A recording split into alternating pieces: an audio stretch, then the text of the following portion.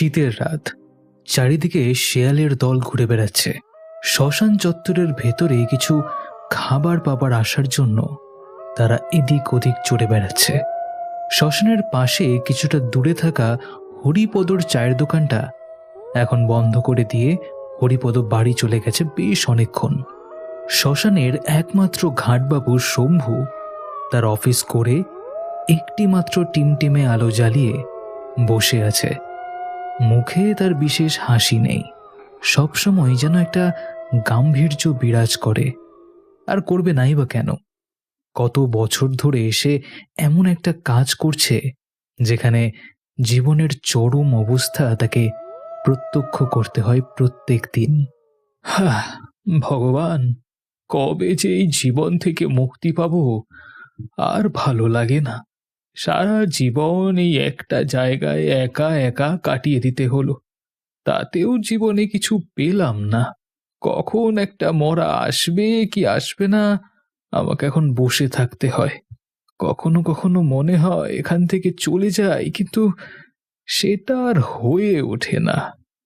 মাঝে মধ্যেই নিজের ভাগ্য নিয়ে ভগবানকে দোষারোপ করে শম্ভু, কিন্তু তাতেও তার কিছুই করবার নেই। আদতে সে একটু কুঁড়ে, এই কাজ ছেড়ে দিয়ে সে অন্য জায়গায় কাজ করবে সেই ক্ষমতা তার নেই। সে বেশ এই সরকারি দপ্তরের এই পোস্টটা আগলে ধরে হাতে একটি পেন নিয়ে সারাদিন জানলার দিকে তাকিয়ে বসে থাকে গভীর রাত পর্যন্ত। মাস শেষে মাইনেটা যখন ঢুকে যায় তখন আবার তার মন খুশি হয়ে যায়। খোলা জানলা দিয়ে মৃদুমন্দ শীতল বাতাস ঘরের ভেতর ঢুকে শম্ভুর দেহ কাঁপিয়ে দিচ্ছে। এমন সময় হঠাৎ করে বাইরে থেকে একটা মহিলার অট্টহাসি ভেসে এলো।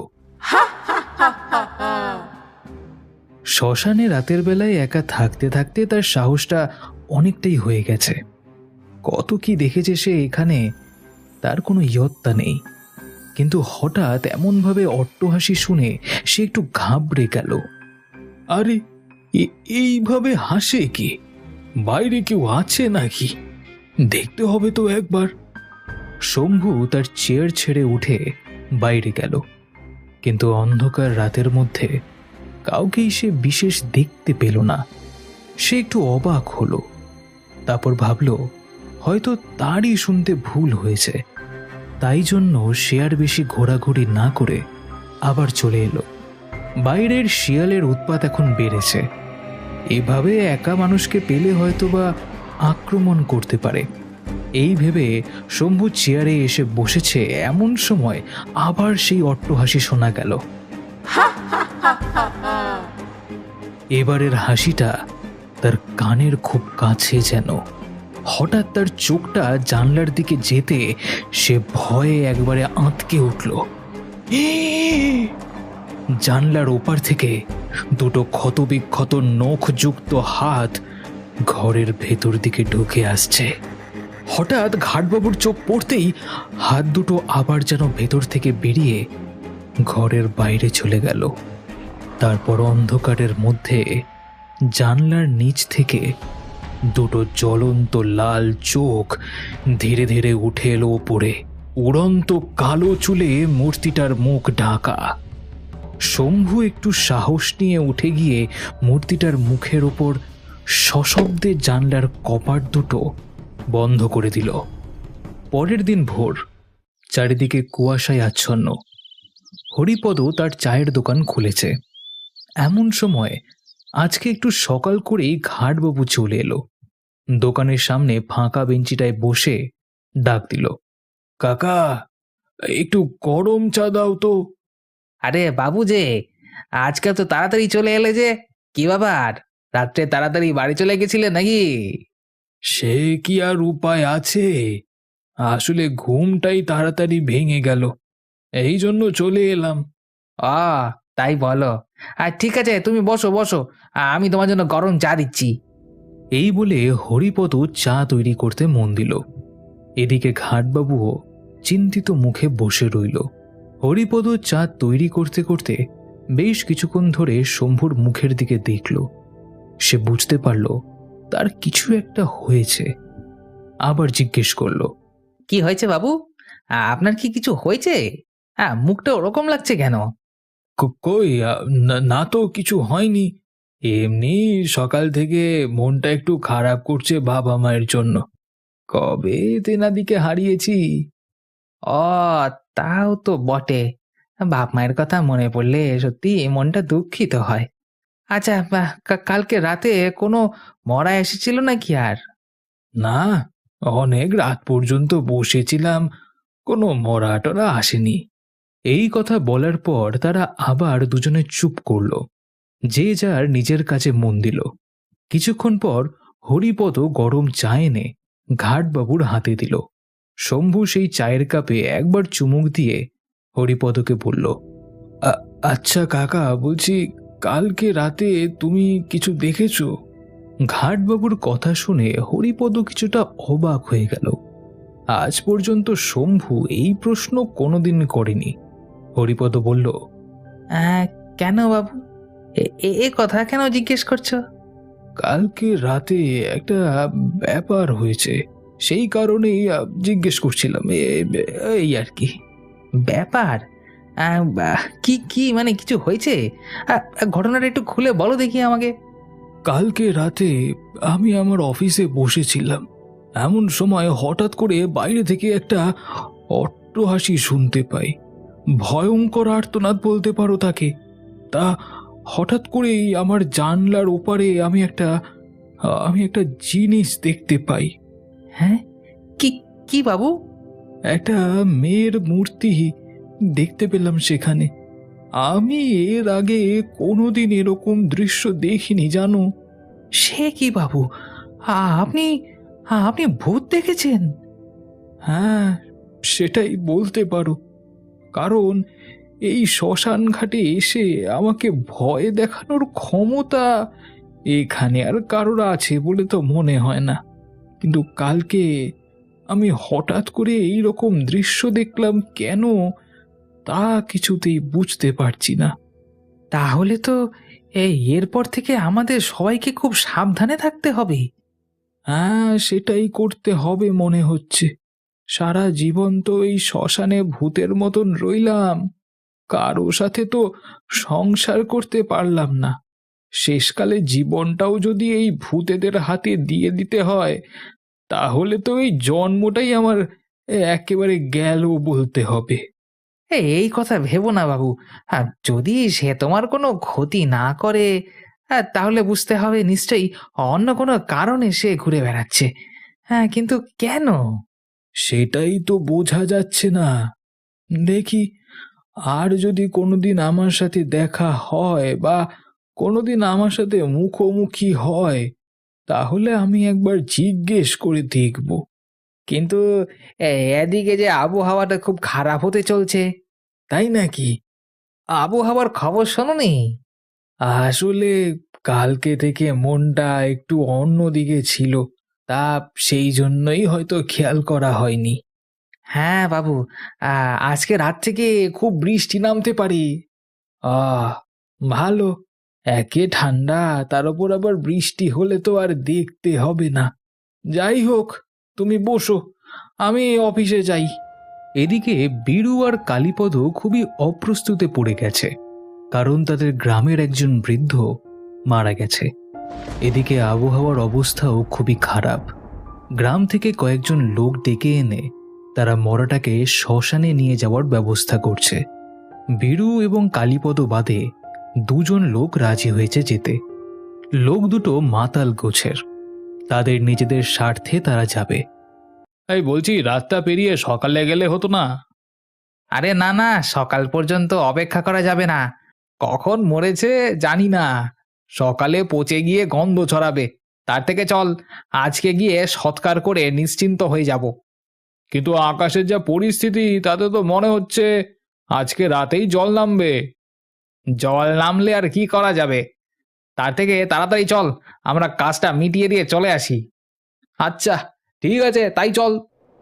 শীতল বাতাস বইছে সনসন করে, শুকনো গাছের পাতা এদিক ওদিক উড়ে যাচ্ছে। এরই মধ্যে একটি মাত্র হ্যারিকেনের আলোয় তারা বুড়োর মরা কাঁধে করে নিয়ে চলেছে শ্মশানের দিকে। বীরু বলল, দাদা কি শীত করতে শুরু করেছে গো, সারা গা একেবারে পুরো কাঁপিয়ে দিচ্ছে। ওরে কেমন হাওয়া দিচ্ছে দেখতে পাচ্ছিস না, এখন ভালোই ভালোই বুড়োর মরাটা দাহ করে দিয়ে চলে আসতে পারলে বাঁচি। এইভাবেই এক প্রকার কাঁপতে কাঁপতে তারা শ্মশান চত্বরে এসে পৌঁছালো। চালাবাটার মধ্যে মরাটাকে রেখে কালীপদ ঘাটবাবুর অফিসের দিকে যেতে যাবে, এমন সময় আকাশ কাঁপিয়ে বৃষ্টি নামল। শীতের মধ্যে তাদের কাঁপুনি আরো বেড়ে গেল। বেরু বলল, কি অবস্থা গো দাদা, এই যে দেখছি মনে হচ্ছে ভাসিয়ে দেবে, কিন্তু এত শীত করছে আর থাকা যাচ্ছে না। তাহলে চল একটা কাজ করি, ওই যে দেখতে পাচ্ছিস চায়ের দোকানটা, ওখানে গিয়ে বরং গরম গরম এক কাপ চা খাই। চল চল। আর তাই চলো দাদা, আর না হলে আর টিকতে পারবো না। এরপর তারা মরাটাকে একা ফেলে সেই চায়ের দোকানে এসে পৌঁছালো। হরিপদ জিজ্ঞেস করল, কি ব্যাপার ভাইরা, ঘাটবাবু তো একটুক্ষণ আগেই বেরিয়ে গেলেন গো, এখনই তোমরা মরা পড়াতে এলে? এই দুর্যোগের মধ্যে তোমরা কাজ পাওনি? কি আর করবো দাদা, বেরিয়ে পড়েছি, মরাটাকে বেশিক্ষণ রাখা যাবে না, কিন্তু দেখুন না কেমন বৃষ্টি শুরু হলো। সেই তো দেখছি গো, এই বৃষ্টি ছাড়তে ছাড়তে তো মাঝরাত হয়ে যাবে। তোমরা বরং এখানে বসে এক কাপ করে চা খাও, এই নাও। আরে হ্যাঁ গো, সেই কারণেই তো এখানে এলাম, আমাদের গরম গরম চা দিয়ে দাও তো। হরিপদ যখন সকলকে চা দিতে ব্যস্ত, তখন কেউ লক্ষ্য করল না সবার চোখের আড়ালে সেই চালাঘর থেকে বুড়োর মরাটিকে সেই মেয়ের মূর্তি সরিয়ে নিয়ে চলে গেল। তারা সকলে চা খেয়ে গল্পগুজব করছে। এর বেশ কিছুক্ষণ পর ঘাটবাবু হাঁটতে হাঁটতে ফিরে এলেন। চায়ের দোকানে অতজন লোককে দেখে তিনি একটু অবাকই হলেন। কি ব্যাপার, আপনারা কারা? এতজন মিলে এখানে কি করছেন? আরে ভাইটা, ইনি হলেন তোমাদের ঘাটবাবু। আরে দাদা দেখুন না, এই বৃষ্টি ছাড়বার জন্য অপেক্ষাই করছিলাম, একটা মরা এনেছি, পোড়াতে হবে তো। তা কোথায় তোমাদের মরা? ওই যে চালাঘরটা রেখে এসেছি, আপনি ওর না সার্টিফিকেটটা একটু লিখে দিন তো, তাহলেই সব দিক থেকে সুবিধা হয়ে যায় আমাদের। কিন্তু এই বৃষ্টি কি আজকে ছাড়বে বলে মনে হচ্ছে? আর তাছাড়া এখানে যা শেয়ালের উপদ্রব, আপনারা মরাটাকে একা ফেলে রেখে পালিয়ে এসেছেন কেন এখানে? একদম ঠিক হয়নি কিন্তু কাজটা। আসলে দাদা বলছি, খুব শীত করছিল, সেই কারণেই তো এখানে গরম গরম চা খেতে এসেছিলাম। না না, আপনাদের মরাটাকে ওখানে একা ফেলে রেখে আসা উচিত হয়নি। তাড়াতাড়ি চলুন, ওখানে চলুন। তার কথায় সকলে নিজেদের হাতের চায়ের কাপটা শেষ করে তড়িঘড়ি উঠে চালাঘরের কাছে গেল। কিন্তু সেখানে গিয়ে তারা সকলেই ভয়ে শিউরে উঠল, কারণ সেখানে মরাটা আর নেই। এ কি, বুড়োর মরাটা গেল কোথায়? এখানেই তো ছিল। আমি আপনাদের বললাম না এখানে শিয়ালের উপদ্রব আছে, নিশ্চয়ই তাকে টেনে নিয়ে চলে গেছে। এখন তাড়াতাড়ি চলো, মৃতদেহটাকে খুঁজে আনতে হবে, না হলে অসুবিধে আছে। ততক্ষণে বৃষ্টিটাও একটু ধরে এসেছে। তারা হ্যারিকেনের আলো নিয়ে ভিজে কাদার ওপর দিয়ে হেঁটে হেঁটে মরাটাকে খুঁজতে বের হলো। কিন্তু বেশি দূর যেতে হলো না। শ্মশানের মধ্যেই একটা বড় শেওড়া গাছের উপর থেকে হঠাৎ তাদের কানে কি যেন চিবিয়ে খাওয়ার শব্দ এলো। কালীপদ ভয়ে জিজ্ঞেস করলো, হ্যাঁ, ওরে বাবা রে, ওইটা কিসের শব্দ? আরে তাই তো মনে হচ্ছে, ওই শেওড়া গাছের মাথা থেকে শব্দটা ভেসে আসছে। একবার আলোটা মেরে দেখি তো। কিন্তু তার আগেই গাছের ওপর থেকে একটা কাটা হাত তাদের সামনে এসে পড়ল। তারা সকলে খুব ভয় পেয়ে গেল। তারপর বুড়োর দেহটা হাতে করে সেই পিশাচিনী তাদের সামনে এসে দাঁড়ালো। মৃতদেহটা থেকে কামড় দিয়ে মাংস তুলে খেতে খেতে রক্তাক্ত দাঁত বের করে হাসতে লাগলো সে। কালীপদ প্রচন্ড ভয়ে চিৎকার করে উঠল। ওরে বাবা রে! আরে বাবা চাও! আরে ভূত আমাদের মেরে ফেললো! বাবা বাঁচাও! শম্ভু তাদেরকে ধমক দিয়ে বলল, আপনারা চিৎকার করবেন না, তাহলে কিন্তু হিতে বিপরীত হতে পারে। আপনারা এখন চুপ করে থাকুন, আমি ওর সাথে কথা বলি। এরপর শম্ভু সেই পিশাচিনীর উদ্দেশ্যে জিজ্ঞেস করল, তুই কে? এখানে কি করছিস? কি চাই তোর? মানুষের মাংস খেতে চাই। অনেকদিন বাদে একটা মানুষের মরা পেয়েছি, আজকে আমি এই মরার মাংস খাবো। কিন্তু কেন? আর তুই কোথা থেকে এলি? সেই কথার কোনো উত্তর না দিয়ে প্রেতিনী কাঁচা মাংস চিবিয়ে খেতে লাগলো। কালীপদ ভয়ে বলল, পালিয়ে চলুন, এখান থেকে পালিয়ে চলুন, না হলে আমাদের কেউ কিন্তু ছাড়বে না। কিন্তু এইভাবে পালিয়ে গেলে তোমাদের মরাটা যে ও খেয়ে সাঙ্গ করে দেবে। যা করুক করুক, যা খুশি করুক, তাতে বাঁচা যাবে। একে বৃষ্টি হয়েছে, তার উপর এত ঠান্ডা, ভিজে কাঠ জ্বলবে না। এখান থেকে চলুন দাদা, ওই বুড়ো আমাদের কেউ নয়, ওকে কৈফিয়ত দেওয়ার মতনও কেউ নেই। ঠিক আছে, তোমরা যখন বলছো তবে এখান থেকে পালিয়েই চলো। তারা সেখান থেকে গিয়ে হরিপদর দোকানে আবার বসল। হরিপদ সকলকে চিন্তিত দেখে বলল, ব্যাপারটা কি হলো? কোনো অঘটন ঘটলো নাকি? কাকা, সেই ভূত বুড়োর মরাটাকে উঠিয়ে নিয়ে চলে গেছে। তারপর ওই শেওড়া গাছের নিচে বসে কাঁচা চিবিয়ে খাচ্ছে। এই কথা শুনে হরিপদ একটু ভয় পেয়ে গেল, কিন্তু যতটা সম্ভব নিজেকে সংযত করে ওদেরকে বলল, ভালো কথা বলি বাবা, এই রাতের বেলায় একেই এই শ্মশানের ভূতরা জাগ্রত অবস্থায় থাকে, তার ওপর যদি কোনো ভূত এরকম হিংস্রভাবে মরা তুলে নিয়ে খেতে শুরু করে, তাহলে তাকে বাধা না দেওয়াই ভালো। শেষে দেখা যাবে যে আমাদেরকেও ছেড়ে কথা বলছে না। কাকা, এই কারণেই তো এখান থেকে পালিয়ে এলাম। ওই বীভৎস দৃশ্য আমি দু চোখে দেখতে পাচ্ছিলাম না। শুধু আপনি কেন, আমি এত বছর এখানে আছি, জীবনে প্রথম এই ঘটনা আমি দেখেছি। সত্যি সারা জীবনেও এই ঘটনা আমি ভুলতে পারবো না। যা হয়েছে ভুলে যাও বাবারা, ওদেরকে ওদের মতন থাকতে দাও, আর আমরা আমাদের মতন থাকি। কিন্তু কাকা, ওই মেয়েটার ভূত কে? কোথা থেকে এলো সে? সেটা কি আমরা কোনোদিন জানতে পারবো না? কি প্রয়োজন? আমরা যেমন আছি ওরাও যেমন আছে, থাকতে দাও, কোনো অসুবিধে তো নাই। ঠিক আছে কাকা, তাহলে আপনারা সকলে বাড়ি যান। আমাকে আজকের সারা রাত এখানেই থাকতে হবে। মানে এই দৃশ্য দেখবার পর আপনি এখানে থাকতে পারবেন? সারা জীবনটাই তো এখানে কাটিয়ে এলাম, আমার আর ওদেরকে বিশেষ ভয় করে না। লোকগুলো বাড়ি চলে গেছে অনেকক্ষণ হলো। এর মধ্যে হরিপদ তার চায়ের দোকান বন্ধ করে চলে গেছে।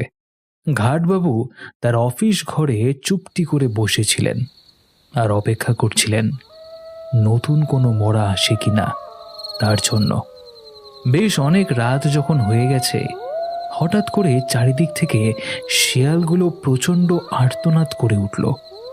ঘাটবাবুর একটু ঘুম ঘুম পাচ্ছিল। হঠাৎ শিয়ালের চিৎকারে তন্দ্রা ছুটে গেল ঘাটবাবুর। বাইরে থেকে দুটো নূপুরের আওয়াজ শুনতে পেল সে। ভয় তার করছে না একটুও। নূপুরের শব্দটা ক্রমশ এসে তার দরজার সামনে থামল।